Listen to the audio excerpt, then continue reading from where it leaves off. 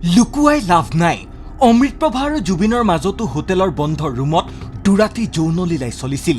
সাৰেগামা শিকাবলৈ বিদেশৰ হোটেলৰ বন্ধ কোঠা নালাগে। মোৰ মতে জুবিনৰ মৃত্যুৰ বাবে দায়ী গৰিমা শইকীয়া গাৰ্গ। তদন্ত চলি থকাৰ মাজতেই জুবিন গাৰ্গক লৈ ছ'চিয়েল মিডিয়াত একাংশৰ এনেবোৰ বিতৰ্কিত পোষ্ট, যাৰ বাবে জুবিন গাৰ্গৰ ভগ্নী পামী বৰঠাকুৰে ক'ব লগা হৈছে, সংযমী হৈ আছো, দুৰ্বল নহয়। জুবিন গাৰ্গৰ চৰিত্ৰ হনন আৰু গৰিমা গাৰ্গৰ নিন্দাই চৰম সীমা পাইছেগৈ। কিহৰ বাবে জুবিন ভগ্নীয়ে সামাজিক মাধ্যমত উজাৰিবলগীয়া হৈছে ক্ষোভ? কোনে কোনে জুবিন গাৰ্গৰ চৰিত্ৰ হনন আৰু গৰিমা গাৰ্গক মুকলিকৈ নিন্দা কৰিছে? আজিৰ ভিডিঅ'টোত আপোনাক সকলো জনাবলৈ চেষ্টা কৰিম। যদি আপুনি নতুনকৈ আমাৰ চেনেলটো চাবলৈ আৰম্ভ কৰিছে, তেনেহ'লে এনেধৰণৰ আপডেটছ পাই থাকিবলৈ আমাক ছাবস্ক্ৰাইব কৰি থ'ব। জুবিন গাৰ্গৰ ভগ্নী পামী বৰঠাকুৰে 6টা পইণ্টত সামাজিক মাধ্যমত দিয়া পোষ্ট ইতিমধ্যে সকলোৱে দেখিছে। কিন্তু কিহৰ বাবে এইদৰে ক্ষোভ ব্যক্ত কৰিবলগীয়া হৈছে ডক্টৰ পামী বৰঠাকুৰে? শিখা শৰ্মা নামৰ এগৰাকী মহিলা ফেচবুক ব্যৱহাৰকাৰীয়ে জুবিন গাৰ্গৰ মৃত্যুৰ দিনৰে পৰা ধাৰাবাহিকভাৱে বিভিন্ন প্ৰসংগত দি আহিছে কেতবোৰ বিস্ফোৰক পোষ্ট। 20 ডিচেম্বৰত শিখা শৰ্মা নামৰ মহিলাগৰাকীয়ে ফেচবুক যোগে ন্যায় বিচাৰি দিছে এটা দীঘলীয়া পোষ্ট। পিছে সেই ন্যায় জুবিন গাৰ্গৰ বাবে নহয়, তেওঁ বিচাৰিছে সিদ্ধাৰ্থ, অমৃতপ্ৰভা, শেখৰ, সন্দীপন আৰু শ্যাম কানুৰ বাবে ন্যায়। পোষ্টত তেওঁ লিখিছে, জুবিন ঢৌত সকলো উজাইছে, ভিতৰি ভটিয়াই বব খোজাসকলেও উজনিৰ প্ৰবল সোঁতৰ লগত যুঁজিবলৈ সাহস কৰা নাই। গান গালেহে অসমৰ সম্পদ হয় নেকি? গান নোগোৱা মানুহবোৰ অসমৰ আপদ নেকি? শ্যাম কানুৰ অপৰাধ কি? কি অপৰাধত শ্যাম কানুক বন্দী কৰি তেওঁৰ ওপৰত হত্যাৰ গোচৰ জাপি দিয়া হৈছে? শ্যাম কানুৱে জুবিনক হত্যা কৰিবলৈ কি অস্ত্ৰ ব্যৱহাৰ কৰিছিল নে বন্দুক ব্যৱহাৰ কৰিছিল? শেখৰ কি অপৰাধ কৰিছিল? শেখৰে এটা অবুজ শিশুৰ পিতৃ শেখৰক বিনা দোষত জেলত ভৰাই ৰাখিছে কিয়? লগতে তেওঁ লিখিছে, জুবিনক শেখৰে কেনেকৈ হত্যা কৰিলে?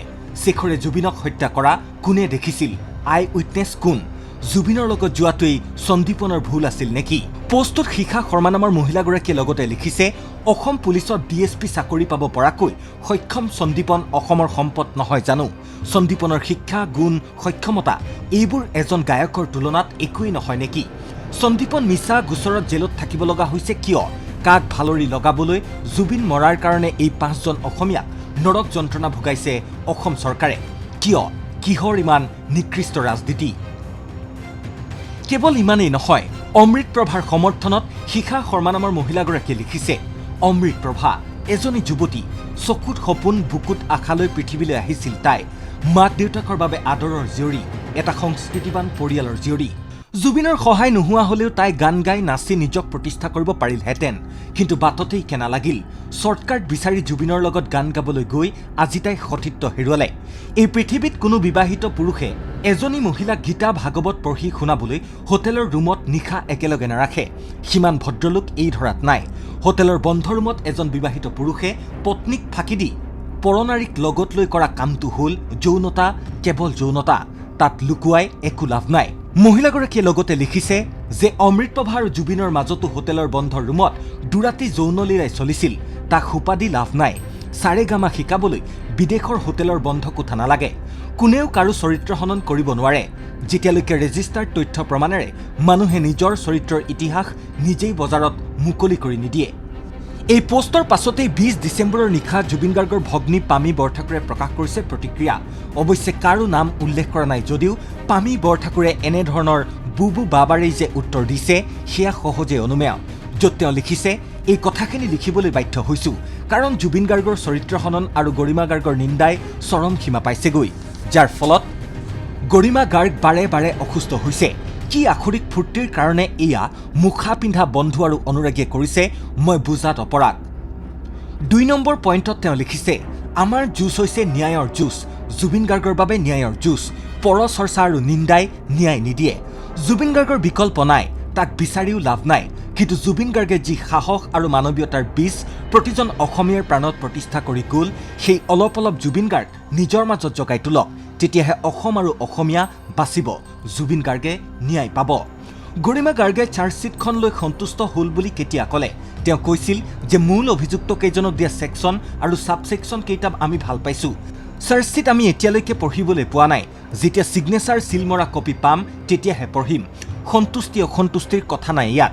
SIT, CM আৰু মহামান্য কোৰ্টৰ ওপৰত আমাৰ আস্থা আছে, আৰু এই আস্থাৰ মান ৰাখিব বুলিয়ে মানিছো নিজৰ স্থিতিত অটল আছো 4 নম্বৰ পইণ্টত তেওঁ লিখিছে গৰিমা গাৰ্গ ছিংগাপুৰলৈ এফআইআৰ দিবলৈ এই কাৰণে যোৱা নাই যে জুবিন গাৰ্গৰ কেছটো আমাৰ পৰিয়ালৰ আৰু অসমবাসীৰ হৈ চৰকাৰে ইনভেষ্টিগেশ্যন কৰাইছে অসমত আৰু ছিংগাপুৰতো আকৌ বেলেগকৈ ছিংগাপুৰত গৰিমা গাৰ্গে ইনভেষ্টিগেশ্যন কৰাই ডিমত জেনেৰেট কৰাই কিবা লাভ হ'ব নেকি ছিংগাপুৰ পুলিচৰ ইনভেষ্টিগেশ্যন ৰিপৰ্ট দুৰ্ঘটনাৰ সময়ত আৰু এতিয়াও দুইবাৰ একেই দিছে জানুৱাৰী ফেব্ৰুৱাৰীৰ তদন্তৰ পিছত যদি একেই থাকে তেতিয়া জাষ্টিছ ফৰ জুবিন গাৰ্গ হ'ব নে জাষ্টিছ ডিনাইড হ'ব গ্যাৰাণ্টি কোনে দিব 5 নম্বৰ পইণ্টত তেওঁ লিখিছে ইয়তত থকা ছিংগাপুৰৰ অসমীয়া কেইজন কোন ব্ৰিডৰ মই বুজি নাপালো এছআইটি আৰু স্বয়ং মুখ্যমন্ত্ৰীয়ে বাৰম্বাৰ মতাৰ পিছতো গোটেই কেইজন অসমলৈ নাহিল সহযোগ কৰিবলৈ 6 নম্বৰত তেওঁ লিখিছে the court will decide who is guilty and who is not based on facts and evidence